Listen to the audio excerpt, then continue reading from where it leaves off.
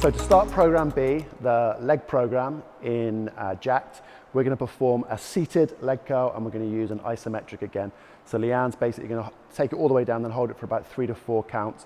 We're going to pair that with something called a TKE, a terminal knee extension, and a banded good morning. The idea of this is really to get you ready to squat, because the second exercise is the big squat variation. You want to make sure you're kind of warmed up properly for that. So a couple of things with the seated leg curl. So although there is a back support, I would actually encourage you not to use it. I would encourage you to sit really far forward and tall. What that would do is just place more of a pre-stretch on the hamstring. So immediately when you sit tall and forward, you'll feel more of a stretch. The second thing is to always maintain that dorsiflexion position. If you do those two things combined, you'll get tension immediately at both ends of the spectrum, and it will just feel much tougher. So Leanne's gonna perform a standard leg curl, and then hold it here. Keeps the squeeze on, open slow. Keep the dorsiflexion all the way to the top, feel the stretch, take it back down, good. So she needs to create that tension and keep it pulled in, that open, under control, good. And again, pull it down, good. And when you're in that position, I want you to feel like you're sitting up as tall as you possibly can. The taller that you sit, the more stretch you'll find. Whenever you can pre-stretch a muscle, like in an incline bicep curl, it makes it much harder. Good, to the top, good, come down, good. Come all the way to the top, and let's just see if you can stretch your hams, stretch your hams, stretch your hams. Yeah, not bad, good, jump out. So she performs a isometric seated curl. She then goes into something called a TKE, a terminal knee extension. TKEs are very, very good for warming up this kind of teardrop muscle, okay, the VMO, which plays a part in looking after the knee joint. So what I want Leanne to do is kind of stand with her feet together, and then with that right foot, she's going to go up onto the ball of her foot, up onto her toe. And then I want her to forcibly snap the knee back like she was trying to hyperextend. Good, come forward under control. Pull it back, here, good. This is very much a feel exercise. So sometimes people use like a green band or a really thick band and they won't really feel it because they're having to use other muscle groups in the body to try and create the movement. I'd actually encourage you to go a bit lighter on your band tension, but really try and dial into that VMO area, okay? What you'll find is a lot of people that train just typically say squat, leg press, etc. They might have underdeveloped VMOs, and that maybe places them at a risk of injury. So the VMO only really works in that kind of last few degrees. So things like TKEs or the heel touches we used in the previous program, they're essential for kind of looking after the knee. Okay, jump out. So Leanne's then going to grab another band and perform what we call a banded good morning. Now again, this grey band might not have enough tension, so she might need to choke it. If she was to use the blue or the green, she might just snap her spine.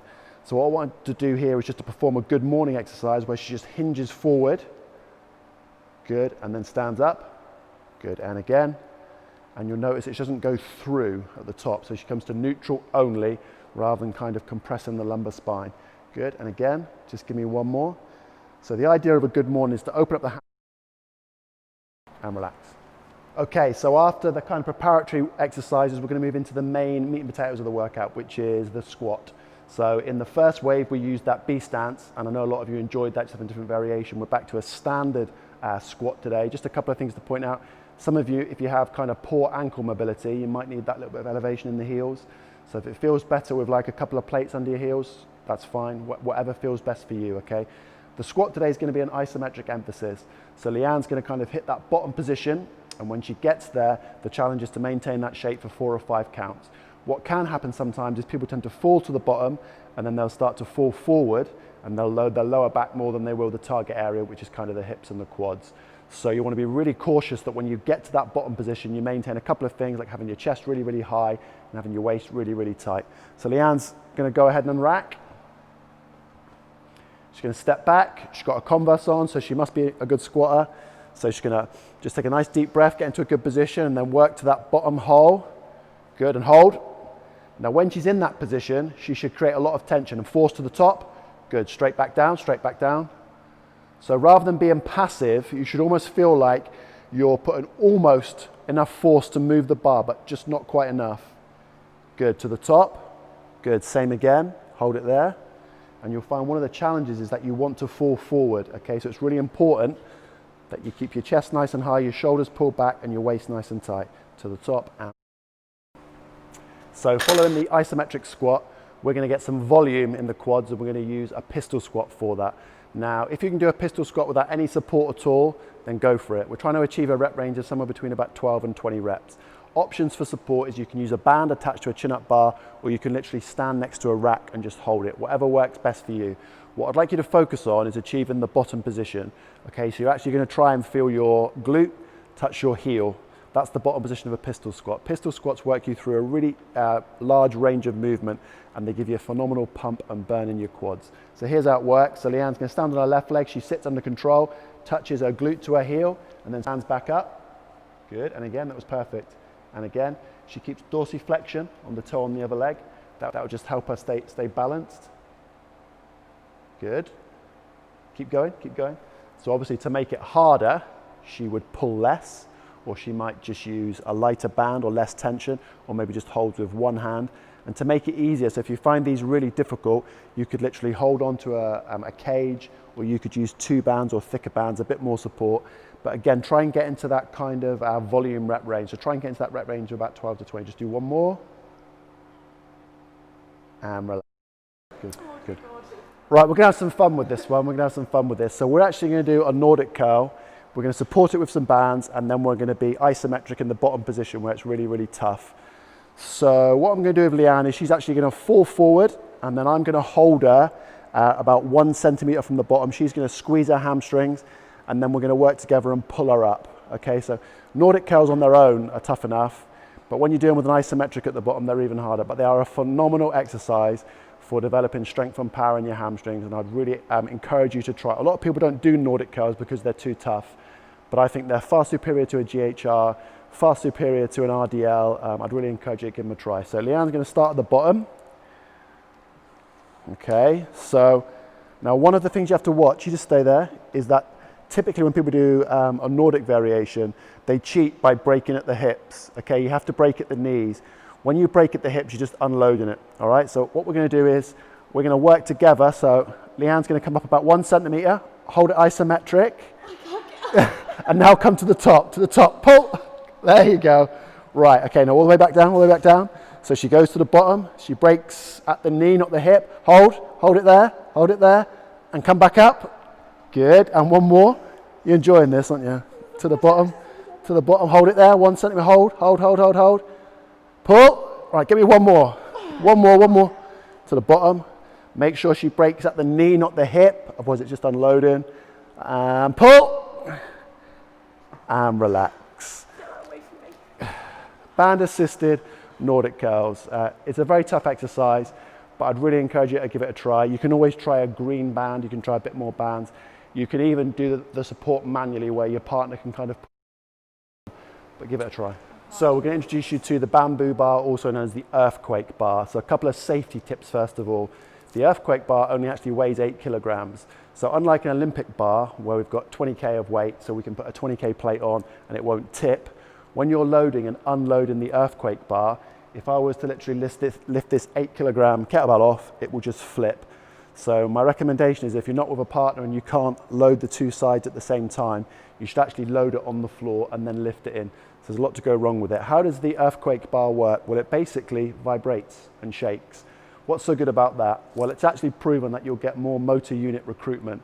So there's a lot of research now being done on like vibration plate technology, those old things people used to stand on and think they were working for burning fat. Well, that's actually been shown to kind of increase motor unit recruitment, and it's being used as a form of potentiation. So the other thing I think you'll really get from the earthquake bar is variety. So a lot of people have never used an earthquake bar. Variety is actually one of the key components to stimulating strength and hypertrophy.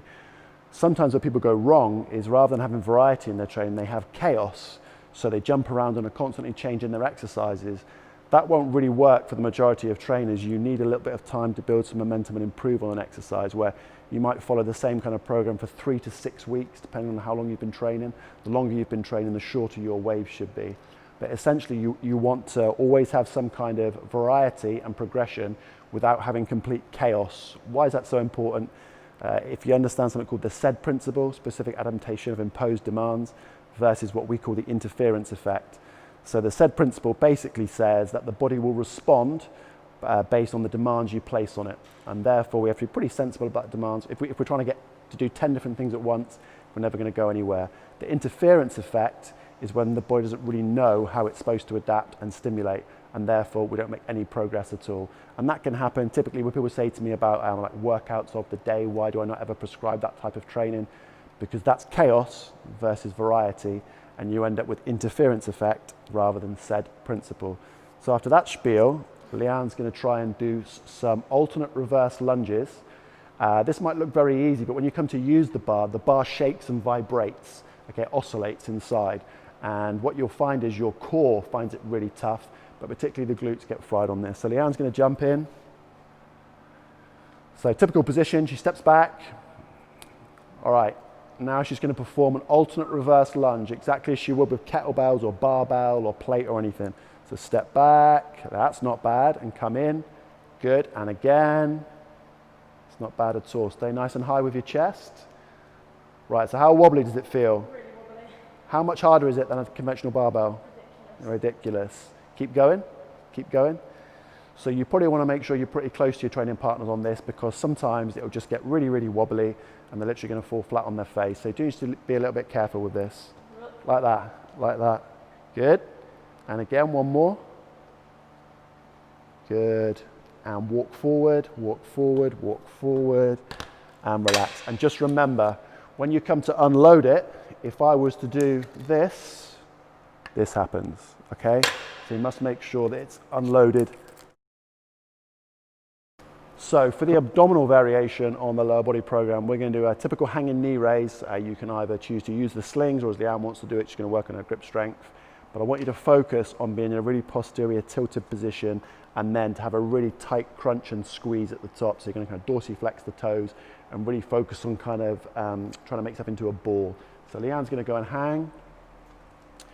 So we kind of want to avoid any swing. So Leanne's just going to pull with her knees and tilt, and then hold here. And then open under control, just to neutral. Now pull back again, pull back. That's it, get that crunch. And come down, just to neutral, pull again, squeeze in, get that crunch. So you see how the position she's going to find. Let's do one more, let's do one more. Good, pull, pull, pull, and crunch, crunch, crunch, crunch, crunch, and relax. Cool, that's program B.